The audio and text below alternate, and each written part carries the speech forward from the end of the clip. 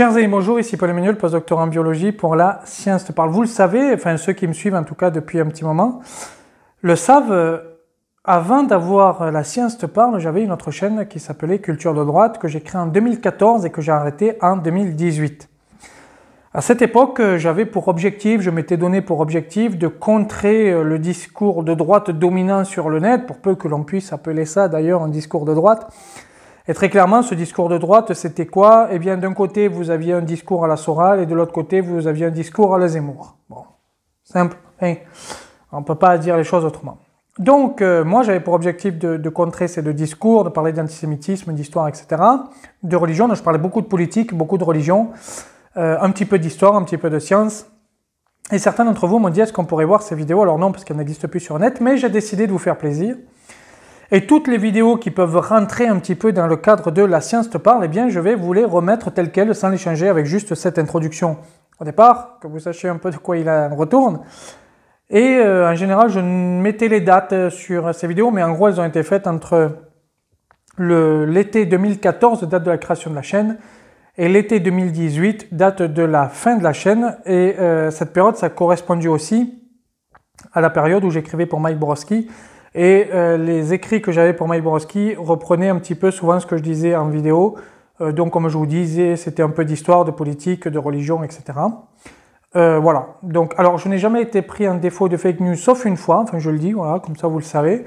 C'était sur l'affaire de Ilan, ce jeune garçon qui avait été retrouvé mort sur les plages turques. Et où moi j'avais lu sur Le Point que son père était passeur. Donc, j'avais repris cette information. J'avais développé un peu l'histoire des passeurs, c'est-à-dire j'avais expliqué un peu ce que c'était, etc. Bon, sachant que moi je connais beaucoup de gens qui travaillent pour SOS Méditerranée. Je suis né au bord de la Méditerranée, donc laisser crever des gens dans nos mers, c'est pas non plus ce qui nous fait le plus kiffer, il faut dire la vérité tout de même. Même si on est de droite, je sais que beaucoup de gens parlent en l'air, l'immigration, mais enfin laisser crever quelqu'un en Méditerranée, pour nous c'est non, c'est Mare Nostrum, vous voyez. Donc on laisse pas crever des gens chez nous. Et donc j'avais parlé des passeurs, parce que les passeurs c'est quand même très problématique de l'immigration. Et j'avais été débunké, on m'avait dit c'est pas un passeur, Le Point avait commis une erreur, etc. Bon, moi je me fiais à des magazines comme Le Figaro, Le Monde, Le Point, Marianne, Le Nouvel Obs, etc. C'était essentiellement mes sources ou des livres. Voilà, je parlais beaucoup de livres aussi, comme les livres de, comment il s'appelle, du géographe Guilly. Donc voilà, c'était quand même assez sourcé. Voilà, donc je vais vous mettre les vidéos ici avec cette introduction à chacune des vidéos. J'espère que ça vous plaira. Ça vous fait plaisir parce que certains me l'ont demandé. Et ceux qui ne connaissaient pas mon travail d'il y a presque une dizaine d'années maintenant, parce que 2014, c'était presque il y a 10 ans tout de même, je commence à vieillir. Je vous remercie, je vous dis à très bientôt. N'oubliez pas de partager, commenter. Alors elles n'ont pas forcément la même rigueur que ce que je me donne aujourd'hui. Voilà. On évolue toujours, n'est-ce pas? Je ne dis pas que tout mon travail était exceptionnel, loin de là. Et même sur la Science te parle, des fois, je devrais revenir sur certaines vidéos. Je vous remercie, je vous dis à très bientôt. Au revoir. N'oubliez pas de commenter, de partager, de vous abonner si la chaîne vous plaît.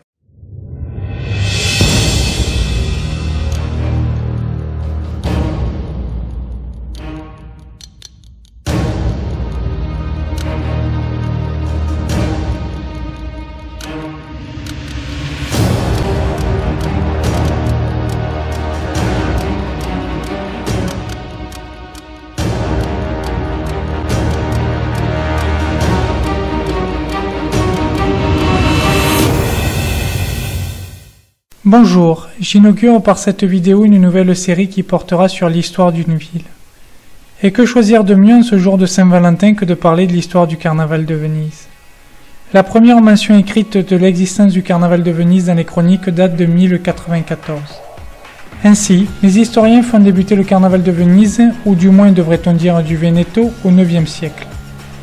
À son apogée au XVIe siècle et pratiquement oublié après la chute de la République en 1797, il fut rétabli en 1980. Toutefois, résumer ainsi le carnaval de Venise semble avoir une histoire linéaire, avec une mort lors de la chute de la République et une résurrection artistique 2 siècles plus tard. Mais la ville de Venise a une histoire aussi sinueuse que ses canaux et son carnaval, épousant la forme labyrinthique de la ville, a une histoire complexe.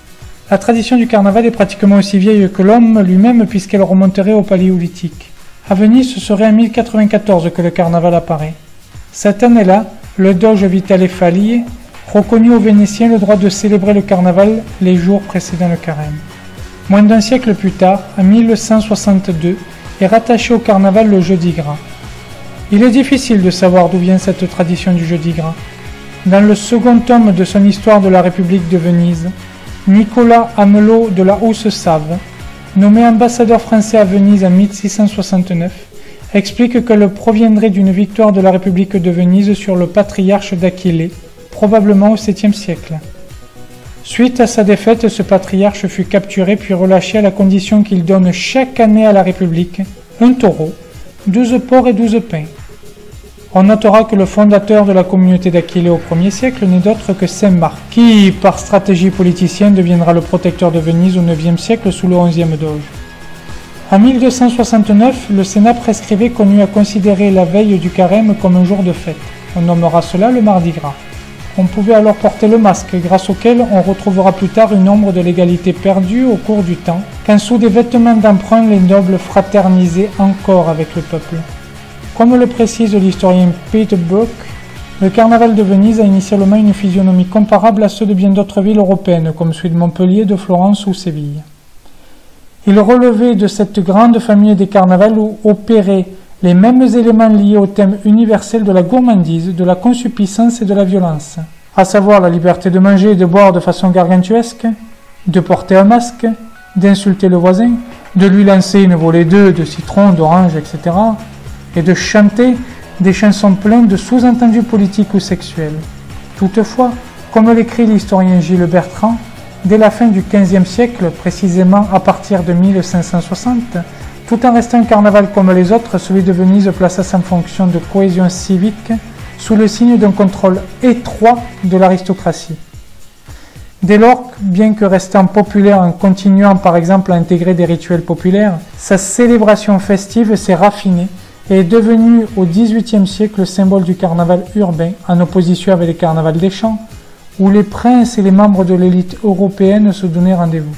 Au XVIe et XVIIe siècle, les principaux spectacles avaient lieu pendant la fête du Jeudi Gras. On y organisait des feux d'artifice, la danse de la Moletska, les pyramides humaines des forces d'Hercule et le vol de l'ange au vol du Turc, depuis le campanile de Saint-Marc. De plus, dès le XVIe siècle, il devint aussi l'occasion de développer divers spectacles profanes, comme le théâtre et la musique. La commedia dell'arte apparut dans la seconde moitié du XVIe siècle, constitua l'élément le plus populaire de la théâtralité du carnaval, et Venise se dota de théâtre à partir de 1580, au point d'en compter jusqu'en 16 au XVIIe siècle. Notons que lors du carnaval de 1637, Andromède, mis en musique par Francesco Manelli, fut la première représentation publique d'un opéra. Parlons du carnaval baroque. Selon Gilles Bertrand, il est inséparable des masques. Les plus anciens sont connus par les gravures de Bertelli à la fin du XVIe siècle et dans la première moitié du XVIIe. La République autorisait le masque et il était protégé par elle. Tant que durait le carnaval, tout le monde portait le masque, le doge, le prêtre, le nonne, tout comme la servante, et vaquait ainsi incognito à ses affaires. C'est masqué que l'on faisait les courses, qu'on rendait visite, qu'on menait sa vie ordinaire, sauf que le masque permettait de tout dire et de tout oser. Le masque effaçait les barrières sociales, plus d'étiquette, plus de convenances à respecter.